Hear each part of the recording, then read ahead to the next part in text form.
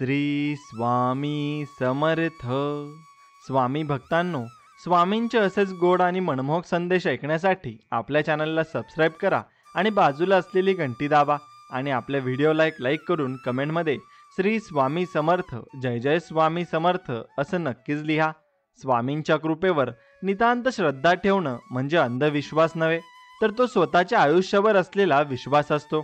कारण जिथं माणसाचं गणित संपतं तिथं स्वामींचा करिश्मा सुरू होत असतो. कितीही अंधार दिसत असला तरी एक दिवा जळत असतो आणि तो दिवा म्हणजे स्वामी समर्थ हे नाव आहे. आपल्या मनात जेव्हा सगळं संपल्यासारखं वाटतं तेव्हा खरं तर ते काहीतरी नव्याची सुरुवात असते. फक्त त्या क्षणी आपल्याला विश्वास हवा असतो, धीर हवा असतो आणि त्यासाठी स्वामींचं स्मरण पुरेसं असतं. जीवनात अनेकदा असे प्रसंग येतात की जणू सगळं काही हातातून निसट चाललेलं असतं. पैसा जातो, माणसं सोडतात, नात्यात दुरावा येतो, आरोग्य ढासळतं आणि मनात एकटेपणा घर करत जातो.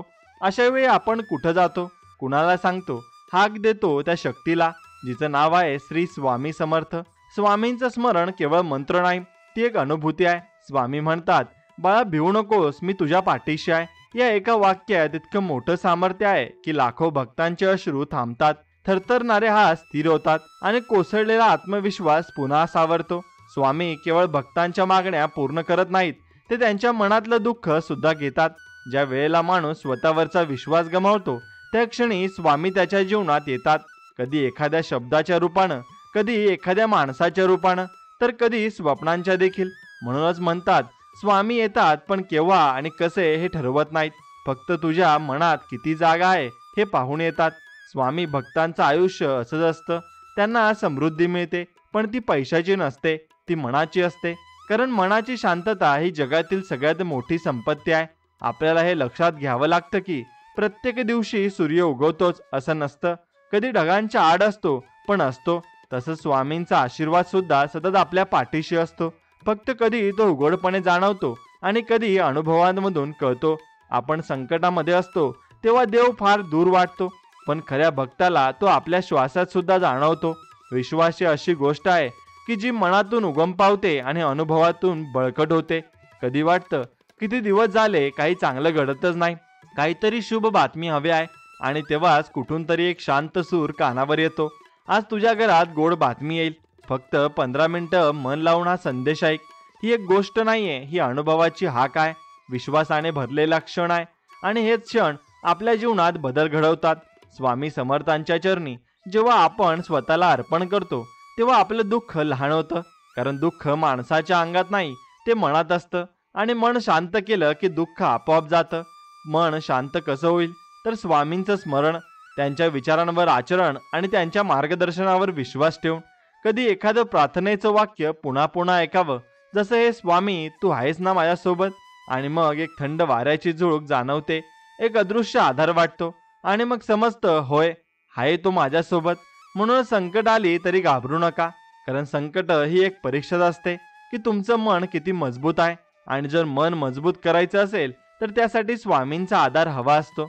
ज्या माणसाने जीवनात फक्त चांगलं केलंय, चांगला विचार केला, चांगल्या गोष्टी घडवायचा प्रयत्न केला, पण तरीही त्रास आले, तर त्याने हे समजावं की कदाचित स्वामी त्यांचं सहनशक्ती तपासत आहेत. काही वेळा देव परीक्षा घेतो आणि काही वेळा तो तुमच्यावर विश्वास टाकतो की हा भक्त माझ्यावर विश्वास ठेवेल. म्हणूनच स्वामींनी सांगितलेली गोष्ट लक्षात ठेवा. सोनं ठेवायला लॉकर मिळतो, पैसा ठेवायला बँक मिळते, पण मनातलं दुःख सांगायला माणूस मिळणं हे खूप भाग्याची गोष्ट असते. आणि हे भाग्य आपल्याला मिळतं जेव्हा आपण माणसांमध्ये स्वामी नक्कीच बघत असतो. म्हणून कोणी तुम्हाला समजत नसेल तरी घाबरू नका, कारण स्वामी तुमचा प्रत्येक विचार हा समजून घेत असतात आणि ते तुम्हाला समजून सांगत असतात की बाळा तू टेन्शन घेऊ नको आणि जगाचं टेन्शन तू घेऊ नको, तू फक्त माझ्यावर विश्वास ठेव, मी तुला सर्व काही देईन. आणखी एक गोष्ट, जसं चुकीचा पासवर्ड टाकून मोबाईल उघडत नाही ना, तसंच चुकीच्या विचारांनी, चुकीच्या कर्माने सुखाचा दरवाजा कसा उघडेल? तुमचं कर्म हेच तुमचं भविष्य आहे. म्हणून स्वामी समर्थ नेहमी सांगतात, कर्म करत राहा आणि विश्वास ठेवा. मग कोणत्याही वळणावर कोणताही अंधार असेल तरी स्वामींचा प्रकाश तुमच्यासोबत चालत राहील. हीच विश्वासाची पहाट आहे, जिथे माणूस अंधारातून उजेडाकडे जातो आणि फक्त त्याला डोळे उघडे ठेवावे लागतात आणि मनाला तयार करावं लागतं. कारण स्वामी येतात पण त्यांचं दर्शन त्या मनाला होतं, जे मन स्वच्छ, निर्मळ आणि नम्र असतं. एवढं मात्र नीट लक्षात ठेवा. स्वामी समर्थ सांगतात, बाळा, नुसत्या प्रार्थनेने नाही तर कर्माने देव प्रसन्न होत असतो. आणि हेच खरं आहे, कारण साऱ्या विश्वाचं नियंत्रण चालतंय कर्मावर. तुमचं आयुष्य कोण घडवतंय तर तुमचंच कर्म. स्वामी समर्थ आपल्याला कर्माचं महत्त्व सांगतात. म्हणतात की जसं बीज तसं फळ, म्हणजे आपण काय पेरलंय त्यावरच आपल्या भविष्यातलं आयुष्य उगम पावणार आहे. आज आपण पाहतो अनेक लोक मंदिरात जातात, देवळात उभं राहून मोठमोठ्या प्रार्थना करतात, हात जोडतात, नमस्कार करतात, पण तेवढ्याने सर्व काही पूर्ण होत नाही का? नाही, कारण देवाला तुमच्या शब्दांपेक्षा तुमचं वर्तन महत्त्वाचं वाटतं. तुम्ही फक्त उपवास केले, यज्ञ केले तेव्हा काहीच बदलत नाही, पण जर तुम्ही फक्त आपल्या कर्माने एखाद्या भुकेल्या माणसाला अन्न दिलं, एखाद्या रडणाऱ्याला धीर दिला, एखाद्या अंधारात चालणाऱ्याला प्रकाश दाखवला, तर ते कर्मच तुमचं स्वामींपर्यंत पोहोचवणारं बनतं. म्हणून एक साधी गोष्ट समजून घ्या. आपण फेस स्वच्छ ठेवतो कारण लोक पाहतात, पण मन, ज्यावर परमेश्वराची नजर आहे, त्याला किती वेळा आपण स्वच्छ करतो? मन हे सर्वांचं महत्त्वाचं मंदिर आहे. आणि जर तेच घाणेरडं, नकारात्मक विचारांनी भरलेलं असेल तर तुम्ही कितीही देवळात गेले तरी काही उपयोग नाही. म्हणून स्वामी समर्थ सांगतात, तोंडाने नामस्मरण करा पण मनाने कर्म करा. कारण तोंडाच्या शब्दांना स्वर असतो पण कर्माला परिणाम असतो, आणि जगात फक्त परिणाम लक्षात ठेवले जातात. आपल्याकडे एक म्हण आहे, कर्म हेच धर्म आहे. ही वाक्य खूप ऐकली जातात, पण किती लोक ती जगतात? देवावर विश्वास ठेवणे सोपं आहे, पण स्वतःच्या कर्मावर विश्वास ठेवणं कठीण आहे. कारण देवावर आपण जे काही सोपवतो ते त्यांच्या हातात जातं, पण जे आपण आपल्या कर्माच्या स्वरूपात करतो त्याचे परिणाम आपणच भोगावे लागतात. पण आज आपण एखाद्या चांगल्या कामात हात घालायचा ठरवतो, पण लोक काय म्हणतील याच विचारात अडकतो. पण लक्षात ठेवा, लोक हे नेहमी बोलतील. तुम्ही जर एखाद्याला मदत केली तर लोक म्हणतील 2 नंबरचे पैसे असतील म्हणून देतो, आणि जर मदत केली नाही तर किती कंजूस आहे. म्हणजे काय केलं तरी लोक काहीतरी बोलणारच. मग का काळजी करायची? स्वामींचा एक सोपा मंत्र आहे, लोकांचं ऐका पण करावं ते आपल्या मनाचं. आणि कारण शेवटी तुमचं आयुष्य तुमचं आहे. लोक तुमचे आयुष्य देतात आणि जातात, पण कर्म तुम्हाला शेवटपर्यंत साथ देतं. आणि जेव्हा स्वामींच्या चरणावर आपली सेवा पोहोचते तेव्हा त्यांचं कृपेचं आभाळ उघडतं. माणूस रोज किती वेगवेगळ्या भूमिका निभावतो. घरात पती, बायको, मुलगा, मुलगी, बाहेर अधिकारी, नोकरदार, व्यावसायिक, पण त्यामागे जो खरा तो आहे त्याला काही वेळा विसरतो. स्वामी आपल्याला सतत आठवण करून देतात, तू कर्म करत राहा, बाकी सर्व मी बघतो. ही वाक्य फक्त शब्द नाही, ती संपूर्ण जीवनशैली आहे. काही लोक म्हणतात आम्ही खूप मेहनत करतो पण यश मिळत नाही. तेव्हा एक गोष्ट ध्यानात ठेवा, मेहनतीचं फळ कधी उशिरा मिळतं पण नक्की मिळतं. आणि जर तुमचं कर्म स्वच्छ असेल, निष्पाप असेल, तर त्याचं फळ सुद्धा नक्की शाश्वत असतं. आज नाही, उद्या नाही, पण नियतीच्या वेगाने ते तुमच्यासमोर नक्की उभं राहतं. कर्म करताना निस्वार्थ भाव ठेवला पाहिजे. आजकाल अनेकदा कर्म मागे स्वार्थ दडलेला असतो. हिची मदत करतो, उद्या ती माझ्या कामाला येईल, असं विचार करणं म्हणजे कर्माला सौदेबाज बनवणं आहे. आणि सौदेबाज कर्म कधीच स्वामींपर्यंत पोहोचत नाही. स्वामी फक्त त्यांचं नाव घेतंय म्हणून प्रसन्न होत नाही, तर त्यांना तुमचं मन हे खरं लागतं आणि निस्वार्थ कर्म हवं असतं. आज जगात संघर्ष खूप आहे, स्पर्धा आहे, असंतोष आहे, नकारात्मकतेचा धूर आहे. अशा काळात तुम्ही जर एखाद्या गरीब मुलाला शाळेच्या पुस्तकासाठी मदत केली, एखाद्या वृद्धाला रस्त्यावरून सोडवलं, किंवा कोणत्याही परिस्थितीत एक चांगला माणूस म्हणून वागलात, तर समजा तुम्ही खऱ्या अर्थाने स्वामींची पूजा केलीत.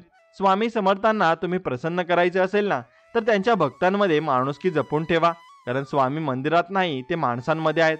याचा अनुभव फक्त तोच घेतो जो अहंकार बाजूला ठेवतो आणि सेवा करत राहतो. कधी माणूस म्हणतो माझं कर्म इतकं स्वच्छ तरी मी दुःखी का? तर याचं उत्तर आहे, तुमचं कर्म शुद्ध आहे, पण पूर्वजन्मीच्या काही गोष्टी अजून उरलेल्या असतील, पण त्याचंही फळ लवकरच मिळेल. हे स्वामी सांगतात. कर्माचे न्याय फसवले जात नाही, आणि तो न्यायच तुम्हाला योग्य वेळी न्याय देतो. आपण रोज जे काम करतो ते फक्त उपजीविकेसाठी नाही, ते आपल्या आत्म्याच्या वाढीसाठी सुद्धा असतं. कर्म हे केवळ शरीराने नाही तर मनानेही केलं पाहिजे, म्हणजे ते कर्म पूर्णपणे स्वच्छ असतं. एक शेतकरी जेव्हा पेरणी करतो त्याला माहिती असतं की लगेच पीक हे उगवणार नाहीच, पण तो वाट पाहतो, कारण त्याचा विश्वास असतो की त्याच्या हाताने पेरलेलं बीज एक दिवस नक्कीच फळ देईल. आणि तसेच आपल्या कर्मावरही विश्वास ठेवायला हवा. म्हणून स्वामी समर्थ सांगतात, कधी थांबू नकोस, कर्म करत राहा. कारण थांबलेलं पाणी सडतं, वाहतं पाणी झऱ्यासारखं असतं. तुम्ही चालत राहिलात, कर्म करत राहिलात, तर देवाला देखील वाटेल की हाच खरा भक्त आहे आणि आपण याला नक्कीच आशीर्वाद हा मनापासून दिला पाहिजे. म्हणून आज आपण कितीही शिकलेलो असलो, कितीही स्मार्टफोन वापरत असलो, महागड्या गाड्यांमध्ये फिरत असलो, तर एक गोष्ट मात्र आपल्याकडे कमी पडताना दिसते, माणुसकी. हो, माणुसकी गोष्ट ना कॉलेजमध्ये शिकवली जाते, ना कोणत्याही स्पर्धा परीक्षेच्या पुस्तकात सापडते. ती माणसाच्या आतून येते आणि तीच गोष्ट स्वामी समर्थ आपल्याला रोज शिकवत असतात. माणूस हो, आधी माणूस हो. किती वेळा आपण एखाद्या मदतीची गरज असताना डोळ्यासमोर पाहतो, पण पुढे होत नाही, कारण आपल्या मनात असतो मला काय हा विचार. पण जर प्रत्येकजण असं म्हणू लागला, तर हे जग नात्याचं नाही तर स्वार्थाचं बनून जाईल. म्हणून स्वामी सांगतात, 4 पैसे कमी कमवा पण माणसं जास्त कमवा. कारण आयुष्याच्या शेवटी माणूसच माणसाला नक्कीच खांदा देत असतो, पैसा नाही. माणुसकी म्हणजे काय? ती म्हणजे केवळ एखाद्याला मदत करणेच नव्हे, तर दुसऱ्याच्या दुःखात सहभागी होणे आहे. एखादा रडत असलेला व्यक्ती दिसला तर त्याला फक्त टिश्यू देणं नव्हे, तर त्याचं दुःख समजून घेणं आहे. ही खरी माणुसकी आहे आणि हीच गोष्ट स्वामी शिकवतात. एक गोष्ट ध्यानात ठेवा, स्वामींच्या लीलांमध्ये फक्त चमत्कार नाहीत, तर माणुसकीची शिकवण आहे. कधी कधी आपण बघतो, घरातल्या लोकांना वेळ नाही, जवळच्या लोकांना समजून घेणं जमत नाही आणि अशा वेळी एक अपरिचित माणूस आपल्या भावना समजून घेतो. हाच तो माणुसकीचा खरा स्पर्श असतो. स्वामी समर्थ असं म्हणतात, नातं रक्ताचं असो किंवा शब्दाचं, त्यात प्रेम आणि माणुसकी असेल तरच ते टिकतं. म्हणून जेव्हा एखादी व्यक्ती तुमच्याशी उगाच रागवते, दुर्लक्ष करते, तेव्हा लगेच नातं तोडू नका. एकदा विचार करून बघा, कदाचित ती व्यक्ती स्वतःच कोणत्या तरी दुःखातून जात असेल. म्हणून नात्यांमध्ये थोडं समजून घ्या, थोडं समजवा आणि थोडं माफ करा. माणुसकी म्हणजे फक्त मोठं दान देणं नाही, एखाद्याला फक्त वेळेचं जेवण देणंही मोठं पुण्य ठरतं. म्हणून तुम्ही जेव्हा एखाद्याचं मन जिंकता, तेव्हा ते तुमचा चेहरा नाही पाहत, तुमचं मन पाहतं. आणि स्वामींचे भक्त नेहमी ही शिकवण घेतात, माणसाच्या मनापर्यंत पोहोचायचं असेल तर तुमचं मन निर्मळ पाहिजे. आज समाजात कितीतरी जण श्रीमंत झालेत, मोठ्या पदावर पोहोचलेत, पण खूप कमी लोक आहेत जे माणूस म्हणून मोठे झाले आहेत. माणूस होणं हीच खरी भक्ती आहे, असं स्वामींचं मत आहे. कधी कधी आयुष्यात काही लोक आपल्याला फसवतात, त्रास देतात, तेव्हा आपण म्हणतो, पण मी तर त्यांच्यासाठी खूप केलं. हो केलं, पण त्यांनी नाही केलं, म्हणजे त्यांची माणुसकी तिथे कमी पडली. पण याचा अर्थ असा नाही की तुम्ही तुमची माणुसकी सोडावी, कारण आपण कोण आहोत हे इतरांच्या वागण्यावर नाही, तर आपल्या माणुसकीवर आणि वागणुकीवर ठरत असतं. म्हणूनच स्वामी सांगतात, कोणी चांगलं वागलं नाही म्हणून आपण वाईट वागावं हे स्वामींच्या भक्तांना शोभत नाही. आपण नेहमी चांगुलपणे जपलं पाहिजे, कारण जगात चांगल्या माणसांची उणीव आहे. प्रत्येक ठिकाणी जर स्वार्थ, स्पर्धा आणि मत्सर असेल तर हसत खेळत आयुष्य लांब जातं. स्वामींच्या उपदेशात एक सुंदर विचार आहे, तुमच्या चेहऱ्यावरचं हास्य हे दुसऱ्याला वाटणाऱ्या दुःखावरचं औषध ठरू शकतं. म्हणजेच कधी कधी केवळ एखाद्याला हसून सुद्धा आपण त्याच्या आयुष्यात माणुसकीचं बीज हे पेरू नक्कीच शकतो. म्हणून गोष्ट लक्षात ठेवा, माणुसकी ही अशीच असते, ना आवाज करते ना ढोल वाजवते, पण ज्याच्याजवळ असते त्याचं आयुष्य शांत आणि समृद्ध करत जाते. स्वामी समर्थ स्वतः आयुष्यभर माणसांसाठी जगले. त्यांनी कोणतीही जाती, धर्म, पंथ किंवा वंशाचा भेदभाव केला नाही. प्रत्येकाला आपल्यासारखंच प्रेम दिलं. त्यांच्या पदस्पर्शाने अनेकांचे जीवन बदलले. स्वामींनी जे शिकवलं ते आजच्या काळात फारच महत्त्वाचं आहे, कारण आता माणूस फक्त मशीन सारखा जगतोय. बोलणं झालंय औपचारिक, नातं झालंय व्यवहाराचं आणि मन झालंय रिकामं. अशा वेळी जर माणुसकीचा एक दिवा कुठेतरी पेटवता आला तर या अंधाराचं जग उजळून जाईल. अर्थात माणुसकी जपायला हृदय लागतं, हिशोब नाही. आणि तुम्ही जेव्हा मदत करता तेव्हा त्याचा हिशोब ठेवत नाही, कारण ती मदत असते भावनेतून आलेली. स्वामी समर्थांची ही शिकवण आहे, दे आणि विसर, पण घेतलंस तर लक्षात ठेव. आयुष्याच्या या प्रवासात आपल्याला अनेक चांगले वाईट माणसं भेटतील. काही तुमच्यावर प्रेम करतील, काही फसवतील, काही मदतीला धावून येतील, काही पाठ फिरवतील. पण तुम्ही तुमचं माणूसपण कधीच गमावू नका, कारण हेच माणूसपण एक दिवस स्वामींच्या चरणी तुम्हाला घेऊन नक्कीच जाईल. नातं म्हणजे फक्त रक्ताचं असतं असं नाही. कधी एखादं नातं शब्दातही जुळतं, कधी नजरेतून, कधी स्पर्शातून आणि कधी फक्त समजुतीतून. स्वामी समर्थ आपल्या शिकवणी सतत आपल्याला नात्यांची किंमत सांगतात, कारण शेवटी देवळातला देव फक्त मूर्ती आहे, पण माणसातला देव म्हणजे नात्याचं खूप मोठं मंदिर आहे. आजच्या युगात नात्यांची किंमत घसरते आहे, कारण नातं आता प्रेमावर नाही तर अपेक्षांवर उभं आहे. जोपर्यंत आपलं म्हणणं ऐकतात लोक, तोपर्यंत आपल्याला ते नातं वाटतं. पण एकदा त्या व्यक्तीने आपल्याला विरोध केला की नातं तुटतं. हे नातं नसतं, हा एक करार असतो. स्वामी समर्थ याबाबत एक गोष्ट सांगतात, नातं हे नाजूक असतं, पण ते लवकर विसरत नाही आणि विसरलं तरी ते कुठेतरी मनाच्या कोपऱ्यात उरलेलं असतं. म्हणून प्रत्येक नात्याची काळजी घ्या. तुम्ही जेव्हा कोणाच्या आयुष्यात जाता तेव्हा त्याच्या हृदयात घर करता आणि मग ते घर टिकवणं ही तुमची जबाबदारी बनते. आजकाल प्रत्येकाकडे बोलायला मोबाईल आहे, पण ऐकायला कुणीच नाही. हाच तो काळ आहे जिथे संवाद हरवतोय. नात्यांना संवाद हवाय. एखादं नातं टिकवायचं असेल तर दररोज बोलणं नाही, पण वेळोवेळी मन समजून घेणं आवश्यक असतं. कधी कधी फक्त तू ठीक आहेस ना एवढा साधा प्रश्नही नात्यातला ओलावा टिकवून ठेवतो. माणसं कधी रागवतात, कधी चिडतात, कधी गप्प बसतात, पण यामागे एक भावना असते. नात्यांच्या पलीकडे पाहिलं तर कळलं की कधी माणूस फक्त समजून घ्या म्हणत असतो, पण आपण दुर्लक्ष करतो आणि नंतर नातं तुटल्यावर पश्चाताप करतो. स्वामी समर्थ सांगतात, नातं म्हणजे फक्त जवळ असणं नाही तर समजून घेणं आणि समजावणं आहे. खूपदा आपण माझं म्हणताना आपलं विसरतो आणि म्हणून नात्यात भिंती तयार होतात. अहंकाराची भिंत, चुकीच्या समजुतीची भिंत आणि सगळ्यात वाईट मी का आधी माफी मागू ही भिंत. या सगळ्यांवर फक्त एकच गोष्ट मात करू शकते, ती म्हणजे प्रेम. प्रेम असणं आणि ते व्यक्त करणं यामध्ये फरक असतो. काही जण प्रेम करतात पण ते दाखवत नाहीत आणि काही जण दाखवतात पण खरं प्रेम करत नाहीत. खरं नातं हे फक्त प्रेमावर आधारित असतं, स्वार्थावर नाही. म्हणूनच स्वामी समर्थ सांगतात, प्रेम हे आंधळ नसावं, ते समजूतदार असावं आणि नातं हे बंधन नको, बंद असावा.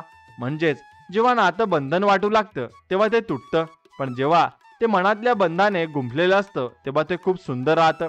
आपल्या घरात, मित्रांमध्ये, ऑफिसमध्ये कितीतरी नाती असतात, पण त्यात किती नाती खरी टिकतात? जी नातं तुम्ही वेळ दिलीत, समजून घेतलीत, त्यांची काळजी घेतलीत, तीच नाती जगभर टिकतात. कोणत्याही नात्याला शोभा मिळते ती विश्वासाने. विश्वास असेल तर संवाद होतो, संवाद असेल तर समजूत होते आणि समजूत असेल तर एकमेकांचं प्रेम वाढतं. पण विश्वास गमावला की काहीच उरत नाही. स्वामी समर्थांनी आपल्याला शिकवलंय, नातं जर जपायचं असेल तर अहंकार नको आणि जर अहंकार जपायचा असेल तर नातं विसरा. एकाच वेळी हे दोन्ही शक्य नाही. अगदी आई वडिलांपासून ते मैत्री, प्रेम, सहकार्यांपर्यंत प्रेम नातं काहीतरी शिकवतं. काही नाते आपल्याला आधार देतात, काही आरसा दाखवतात, काही वेळा दुखावतात, पण तरी आपल्या मनात त्यांची जागा कायमची असते आणि राहते. आपण कधी नातं तुटलं की म्हणतो खूप विश्वास ठेवला होता, पण दोष त्या माणसाचा नसतो, आपल्या अपेक्षांचा असतो. नात्यांमध्ये विश्वास ठेवा, पण अंधविश्वास नाही. स्वामी सांगतात, नातं असो की देव, भावना खऱ्या असल्याच पाहिजेत. आणि शेवटी एक वाक्य लक्षात ठेवा आणि मनात ठेवा, नातं तेव्हा सुंदर असतं जेव्हा ते न बोलता समजलं जातं. त्यासाठी नात्यांना वेळ द्या, संवाद द्या आणि सगळ्यात महत्त्वाचं प्रेम द्या.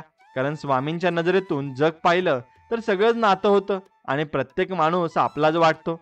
म्हणून संकट या शब्दाचा उच्चार झाला की माणसाच्या मनात भीती निर्माण होते, चेहरा थोडा गंभीर होतो, हृदय थोडं दडपून जातं. पण स्वामी समर्थ सांगतात, संकट म्हणजे शेवट नव्हे, ती तर सुरुवात आहे. नवी ओळख निर्माण करण्याची, स्वतःच्या सामर्थ्याची जाणीव होण्याची. आपल्या आयुष्यात अशी अनेक संकट येतात, आर्थिक अडचणी, आरोग्याच्या समस्या, नात्यातील दुरावा आणि अपयशाचा धक्का. आणि प्रत्येक संकट जेव्हा येतं तेव्हा आपल्याला वाटतं की आता काहीच उरलं नाही, पण खरं तर त्या संकटाच्या छायेतच एक मोठा संदेश दडलेला असतो, हे तुम्ही लक्षात घेतलं पाहिजे. स्वामी समर्थांच्या शिकवणीनुसार देव परीक्षा घेतो पण उत्तरही सांगतो, फक्त ऐकण्याची तयारी हवी. म्हणजेच संकटामध्ये आपण जर थांबून शांतपणे समजून घेण्याचा प्रयत्न केला तर त्या परिस्थितीतून निघायचा रस्ता आपसूक सापडतो. कधी कधी आयुष्य खूप स्थिर वाटतं, सगळं काही सुरळीत चाललेलं असतं, आपण खुश असतो, पण अचानक काहीतरी वाईट घडतं आणि सगळं विस्कळीत होतं. त्यावेळी मनात विचार येतो, देवा मी तुला रोज नमस्कार करतो, तुझं स्मरण करतो, तरी माझ्यावर संकट का? याचं उत्तर स्वामी देतात, कारण देव ज्याच्यावर प्रेम करतो त्यालाच तो अधिक मजबूत करतो. संकट हे जणू आपल्याला पुन्हा नव्यानं घडण्याची संधी असते. आपण जर मागे वळून पाहिलं तर लक्षात येईल की आयुष्यात ज्या गोष्टींनी आपल्याला सर्वात जास्त शिकवलं त्या चांगल्या नव्हत्या, त्या संकटमय होत्या आणि त्या अनुभवातून आपण अधिक प्रलब्ध झालो, अधिक शहाण झालो, अधिक सजग झालो. स्वामी समर्थ असंही सांगतात, रात्र कितीही काळे असो पण तीच रात्र नव्या सूर्योदयाची तयारी करत असते. म्हणजे संकट ही काळ रात्र असली तर ती नव्या सकाळचं स्वागत करत असते. म्हणून संकटांना घाबरू नका. संकट म्हणजे एक आरसा आहे जो तुमचं खऱ्या सामर्थ्याकडे लक्ष वेधतो. संकट येणं टाळता येत नाही, पण त्याच्याशी सामना कसा करायचा हे शिकता येतं. आणखी गोष्ट महत्वाची म्हणजे संकट ही तुम्हाला तुमच्या जवळच्या आणि खऱ्या माणसाची ओळख करून देतात. जे संकटात तुमच्या सोबत उभे राहतात तेच तुमचं खरं नातं असतं. स्वामी समर्थांचा एक प्रसंग प्रसिद्ध आहे. एक भक्त रोज दररोज स्वामींच्या मंदिरात जायचा. एक दिवस तो आजारी पडला आणि त्याला वाटलं की आता स्वामी त्याला विसरतील. पण त्याच्या स्वप्नात स्वामी आले आणि म्हणाले, आज तू माझ्याकडे आलास नाही म्हणून मीच आलो. हीच त्या भक्तासाठी संकटात मिळालेली देवाची भेट होती. आपल्या प्रत्येक संकटात कुठे ना कुठे स्वामी असतात. एखाद्या डॉक्टरच्या रूपात, एखाद्या मित्राच्या रूपात, एखाद्या अनोळखी व्यक्तीच्या एका शब्दात सुद्धा. फक्त त्यांना ओळखण्याचं दृष्टी आपल्यामध्ये पाहिजे. संकटी आपल्याला अधिक शिस्तीत जगायला शिकवतात. ते आपल्याला अहंकार कमी करायला शिकवतात. ते आपल्याला मला सगळं जमेल या गर्वातून बाहेर काढतात आणि स्वामींच्या कृपेने सगळं होतंय या नम्रतेकडे नेतात. संकट आपली परीक्षा घेतात आणि त्या परीक्षेत उत्तीर्ण व्हायचं असेल तर तुमच्याकडे पाहिजे धैर्य, संयम आणि श्रद्धा. स्वामी समर्थ हे त्रिकालदर्शी आहेत आणि ते भूत, वर्तमान, भविष्य सगळं जाणतात. आणि त्यामुळे जेव्हा एखादं संकट तुमच्यावर येतं तेव्हा ते आधीच तुम्हाला त्याची तयारी देतात. एखादं वाक्य, एखादा विचार, एखादी भेट या सर्व गोष्टी त्यांच्या योजना असतात. म्हणूनच प्रत्येक संकटाकडे संधी म्हणून पहा. तुम्ही घसरलात तर त्रास घ्या, पण रडून थांबू नका. उभं राहा आणि पुन्हा चालायला लागा, कारण तुमच्या प्रत्येक पावलामागे स्वामी उभे आहेत. शेवटी एवढंच म्हणावं लागतं, संकट तीच, पण तुम्ही बदला, कारण स्वामी समर्थ तुमच्या बरोबर आहेत आणि त्यांच्या भक्तांना संकट कधी हरवू शकत नाही. एवढं मात्र खरं आहे आणि ही गोष्ट तुम्ही कायम लक्षात ठेवायची आहे. स्वामी भक्तांनो, मनुष्य कितीही मोठा याचं माप त्याच्या कपड्यांवर, पैशांवर किंवा गाडीवरून लावत बसणं म्हणजे खरं तर मूर्खपणा आहे. खरा माणूस तोच जो मोठं झाल्यावरही नम्र राहतो आणि जो नम्र असतो त्याच्याच जवळ स्वामी समर्थ असतात. स्वामी समर्थांचं संपूर्ण जीवन म्हणजे नम्रतेचं जिवंत उदाहरण आहे. ते स्वतःला कधी मोठं समजले नाहीत. जरी ते त्रिकालदक्ष असले, चमत्कारी ब्रह्मस्वरूप असले, तर ते साध्यांच्या वेशात रस्त्याच्या कडेला एखाद्या झाडाखाली बसून सामान्य माणसांना मार्ग दाखवत असत. हेच त्यांचं मोठेपण होतं, नम्रतेतलं तेज होतं. आज आपण बघतो, जरा एखादं यश मिळालं, थोडं नाव झालं की माणूस बदलतो. त्याचं बोलणं बदलतं, त्याची नजर बदलते आणि सगळ्यात आधी त्याची वृत्ती बदलते. तो विसरतो की हे सगळं आज आहे, पण उद्याचं काही खात्री नाही. स्वामी समर्थ यावर एक सुंदर विचार देतात. सर्व काही मिळालं तरी नम्रता गमावली तर सर्व काही गमावलं. कारण अहंकार माणसाला वर नेत नाही, उलट त्याला जिथं आहे तिथून खाली ओढतो. नम्र माणसाचं वैशिष्ट्य असतं की तो स्वतःबद्दल फार बोलत नाही. तो ऐकतो, समजून घेतो आणि कोणतंही श्रेय स्वतःकडे न घेता देवाच्या चरणी अर्पण करतो. त्याला मी म्हणणं आवडत नाही, तो आपण म्हणतो. म्हणूनच स्वामी समर्थ म्हणतात, तू जर स्वतःला मोठं मानतोस तर तुझी वाढ थांबते, पण तू स्वतःला विद्यार्थी समजतोस तर तू रोज नवं शिकतोस. नम्रतेचा गंध म्हणजे ज्ञानाला, अनुभवाला आणि देवाला समजून घेण्याची खरी तयारी आहे. कधी एखादा माणूस खूप यशस्वी असतो पण त्याच्या आजूबाजूला लोक राहत नाहीत. का? कारण त्याच्या अहंकाराचा दरवाजा सतत बंद असतो. दुसरीकडे एक साधा राहणारा माणूस असतो, पण त्याचं मन इतकं गोड आणि नम्र असतं की प्रत्येकजण त्याच्याकडे ओढला जातो.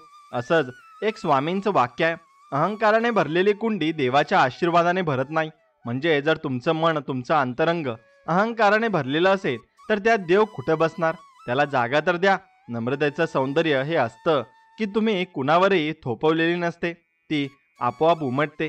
ज्याप्रमाणे चंदन झाड कधी आपली सुगंधाची जाहिरात करत नाही तरी सगळीकडे त्याचा गंध दरवळतो, तसंच नम्र माणसाचं असतं, तो नसून सुद्धा सगळीकडे जाणवतो. स्वामी समर्थांनी सांगितलेलं एक साधं उदाहरण लक्षात ठेवा. मोठा वटवृक्ष जरी उभा असला तरी त्याच्या सावलीत एखादा थकलेला माणूस दम घेतो. तसंच मोठ्या माणसाच्या नम्रतेचं इतरांना आधार मिळतो.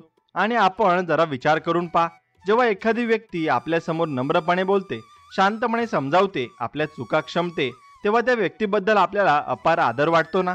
हाच आदर पैशाने, बळाने आणि नावाने मिळत नाही, तो मिळतो नम्रतेने. खरं तर नम्रता म्हणजे फक्त वागणं नव्हे, तर ती म्हणजे समजूतदारपणा, सहनशीलता आणि मनातील शांती आहे. ज्याच्या मनात अहंकार नाही, राग नाही आणि दुसऱ्यांना कमी लेखण्याची वृत्ती नाही, तोच खरा नम्र माणूस आहे. स्वामी समर्थ याबाबत सांगतात, ज्याला स्वतःबद्दल सर्व काही माहिती आहे तो इतरांना समजून घेतो आणि हेच नम्रतेचं मूळ आहे, समजून घेणं. आज आपण सोशल मीडियावर मोठमोठ्या व्यक्तींचे फोटो पाहतो, कोट घातलेले, महागडे गॉगल्स, गाड्या, लक्झरी, पण खरी गोष्ट ती नसते. माणूस किती खोल आहे, त्याच्या वागण्यात किती सौम्यता आहे हे पाहणं महत्त्वाचं आहे. कारण स्वामींच्या दृष्टीने तोच मोठा जो इतरांना उचलतो, जो इतरांच्या चुका समजून घेतो आणि जो माफ करतो, गर्व नाही करत. शेवटी एवढं सांगता येईल, सगळं शिका, यश मिळवा, नाव काढा, पण त्याच वेळी स्वतःच्या नम्रतेच्या मुळाशी जोडून ठेवा. कारण झाड जितकं फळांनी वरतं तितकंच खाली झुकतं. स्वामी समर्थ आपल्याला वर नेतीलच, पण ते त्याच माणसाला उंच नेतील ज्याच्या पायाखालची जमीन त्याच्या डोक्यावरच्या आकाशा इतकीच प्रिय आहे. म्हणून लक्षात ठेवा, माणूस बोलून क्षमा करतो, पण मनातून क्षमा करायला त्याला वेळ लागत असतो आणि कधी कधी पूर्ण आयुष्य जातं तरी मन माफ करत नाही. हीच ती माणसाची दुर्बलता आहे जी त्याला आतून पोखरत राहते. स्वामी समर्थ मात्र या मनाच्या खोल दुःखांवर सहज उपाय सांगतात. क्षमा करा, कारण क्षमाशक्ती हीच आत्मशांतीची गुरुकिल्ली आहे. माणूस जिथं जखम होतो तिथे मनात सूड उगम पावतो. पण स्वामींच्या शिकवणीत सांगितलं जातं की सूड माणसाला फारकत नाही देत, म्हणून उलट तो मनाला इतकं गुंतून ठेवतो की माणूस स्वतःच त्या क्रोधाच्या वेदनेच्या विळख्यात अडकतो. त्यातून बाहेर पडण्याचा एकमेव मार्ग म्हणजे क्षमा आहे. क्षमा करणं म्हणजे दुर्बल होणं नव्हे, ती म्हणजे एवढं सामर्थ्य मिळवणं की जे आपल्याला दुःख देतो त्याला आपण शांतपणे माफ करू शकतो आणि ती क्षमा मनाला शांती देणारी बनते. स्वामी समर्थ याबाबत स्पष्ट सांगतात, ज्याने नातं टिकवण्यासाठी झुकावं लागतं तो कमकुवत नसतो आणि तो नात्याचं मोल जपणारा असतो आणि त्या झुकण्यातच क्षमेचा गंध असतो. म्हणूनच नात्यांमध्ये जेव्हा कटुता निर्माण होते तेव्हा माफ करा हे दोन शब्द किती मोठं काम करतात हे अनुभवातून बघा. कधी कधी माफ करणं म्हणजे दुसऱ्याला मुक्त करणं नसतं, ते स्वतःलाच त्या वेदनेच्या साखळीतून मुक्त करणं असतं. आज समाजात बघा, लहान सहान गोष्टीवरून लोक बोलणं बंद करतात, वर्षानुवर्ष मनात राग धरून ठेवतात. पण स्वामी समर्थ म्हणतात, एक वेळ चूक करणं क्षम्य आहे, पण चूक लक्षात येऊनही क्षमा न करणं ही खऱ्या अर्थाने आत्मवंचना आहे. कारण क्षमा करणं म्हणजे दुसऱ्याला नाही तर स्वतःला शांत करणं असतं आणि शांत माणूस हा नेहमी दूरदृष्टीने विचार करणारा असतो. कधी कधी आपल्याला वाटतं मी त्याला माफ केलं पण तो बदलला नाही. हो, शक्य आहे, पण त्याने बदलावं म्हणून माफ करायचं नसतं. आपल्याला आतून मोकळं व्हावं म्हणून माफ करायचं असतं. स्वामींचं अजून एक वचन आहे, जेवढा राग ठेवतोस तेवढं स्वतःचं नुकसान करतोस. राग ठेवणं म्हणजे मनात विष बाळगणं आहे आणि हे विष जसजसं आत साचतं तसतसं आपलं आनंदी जीवन नष्ट होत जातं. काही माणसं क्षमा शक्तीला कमजोर समजतात, पण क्षमा करणारा माणूस म्हणजे प्रगल्भ, समजूतदार आणि खऱ्या अर्थाने दैवी असतो. कारण प्रत्येकाने चूक केली आहे आणि भविष्यातही करणारच आहे. मग त्यासाठी माफ करणं ही माणसाची आदर्श वृत्ती हवी. माणसाच्या नात्यात सगळ्यात जास्त गरज असते ती संवादाची आणि क्षमाशक्तीची. संवाद नसेल तर गैरसमज वाढतात आणि क्षमा नसेल तर त्यात गैरसमजामधून कायमचं तुटणं होतं. स्वामी समर्थ हे केवळ चमत्कार दाखवणारे संत नाहीत, ते माणसाच्या मनातली मळब दूर करणारे तेज आहेत. त्यांचं स्मरण केल्यावर मन हळूहळू निर्मळ होतं आणि निर्मळ मनच क्षमा करू शकतं. म्हणूनच कोणाशीही राग धरू नका. कोणाचं वाईट केलं असेल तर क्षमा मागा, कोणावर अन्याय केला असेल तर मान्य करा आणि कोणाचा विश्वास तोडला असेल तर त्याचं हृदय जिंका. शेवटी माफ करणं म्हणजे विसरणं नव्हे, ते म्हणजे स्वतःचं मोठेपण समजून दुसऱ्याला संधी देणं आहे. आणि संधी ही तुम्ही एक वेळेस द्या, दोन वेळेस द्या, पण तिसऱ्या वेळेस नको, कारण त्या माणसाने तुमची चव ओळखून घेतलेली असते. आणि हेच मोठेपण म्हणजे स्वामींचा खरा भक्तपण आहे, हे लक्षात ठेवा. आणि स्वामींचा खरा भक्त नेहमी प्रत्येक संकटात नम्र असतो. म्हणून तुम्ही फक्त नम्र राहायला शिका. जेवढं जास्त तुम्ही नम्र राहाल तेवढं जास्त तुम्हाला यश हे नक्कीच मिळणार आहे.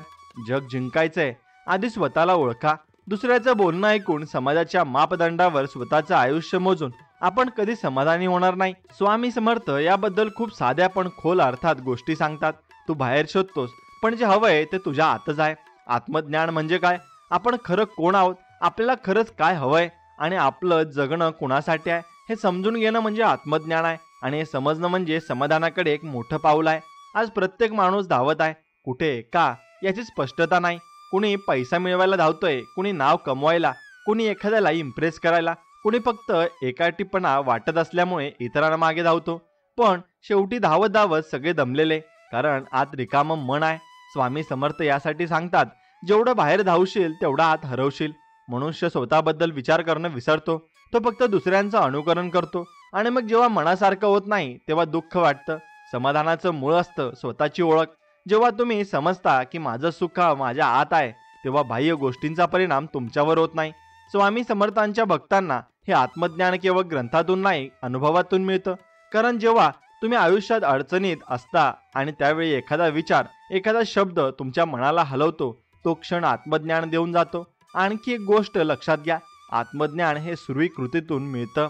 जेव्हा तुम्ही तुमच्या कमतरता, चुका, स्वभाव, भावना सगळं स्वीकारता, तेव्हाच तुम्ही स्वतःला समजायला लागता. आणि जेव्हा स्वतःला समजता तेव्हा स्वतःवर प्रेम करायला शिकता. स्वतःवर प्रेम करणं म्हणजे अहंकार नव्हे, ते म्हणजे मी पुरेसा आहे ही भावना मनात रुजवणं आहे. आणि ही भावना आली की समोरच्याच्या यशावर रूपावर, धनावर मत्सर वाटत नाही, कारण तुम्ही समाधानी होता. स्वतःच्या असण्यावर समाधानी अशी शक्ती आहे जी आयुष्यभराच्या संघर्षाला एका क्षणात शांती देते. स्वामी समर्थ यांच्या शिकवणीनुसार समाधानात जिवंतपणा असतो, असमाधानात वेदना असतात. म्हणजे समाधान हे आयुष्य जगण्याचं सौंदर्य आहे. बघा ना, काही लोक फार साधं आयुष्य जगतात, फार मोठं काही नाही, पण ते सतत हसत असतात, समाधानात असतात. तर काही जण सर्व काही असूनही त्रासलेले, चिडचिडे, अस्वस्थ. याचा अर्थ काय? आयुष्य बाहेरचं नाही, ते आतून घडतं. आपण जेव्हा स्वतःला ओळखतो, स्वीकारतो आणि प्रेम करतो, तेव्हा इतरांचं प्रेम मागणं बंद होतं. आणि तेच आहे आत्मज्ञानाचं खरं रूप. जेव्हा तुम्हाला वाटतं मी जे आहे ते योग्य आहे, तेव्हाच तुम्ही जगाशी स्पर्धा करायचं बंद करता आणि जीवनाशी सहजीवन सुरू करता. स्वामी समर्थ आपल्याला आतून सांगतात की तू आंधळा नाहीस, पण दृष्टिकोन हरवलेला आहे. आणि तेच दृष्टिकोन परत मिळवणं म्हणजे आत्मज्ञान आहे. आत्मज्ञान येतं जिथं तिथं अहंकार संपतो, कारण तुम्हाला समजतं की सगळं क्षणभंगूर आहे. नाव, पैसा, प्रतिष्ठा हे सगळे एका क्षणात हरू शकतं, पण जे वाचतं ते फक्त तुमचं शुद्ध अंतर्मन आहे. शेवटी समाधान मिळवायचं असेल तर स्वतःकडे पाहायला शिका, स्वतःवर काम करा, स्वतःशी मैत्री करा, कारण देव फक्त त्यालाच भेटतो जो स्वतःला ओळखतो. म्हणून स्वतःसाठी तुम्ही वेळ हा नक्कीच काढला पाहिजे आणि स्वतःसाठी वेळ हा नक्कीच दिला पाहिजे. चला तर स्वामी भक्तांनो, हा संदेश तुम्हाला मनापासून आवडला असेल तर मनापासून आपल्या व्हिडिओला एक लाईक करा आणि कमेंटमध्ये श्री स्वामी समर्थ लिहा आणि आपल्या चॅनलला सबस्क्राईब करून बाजूला असलेली घंटी नक्कीच दाबा. चला तर मग भेटूया अशाच एका नवीन आणि चांगल्या संदेश व्हिडिओमध्ये. तोपर्यंत श्री स्वामी समर्थ. जय जय स्वामी समर्थ. धन्यवाद.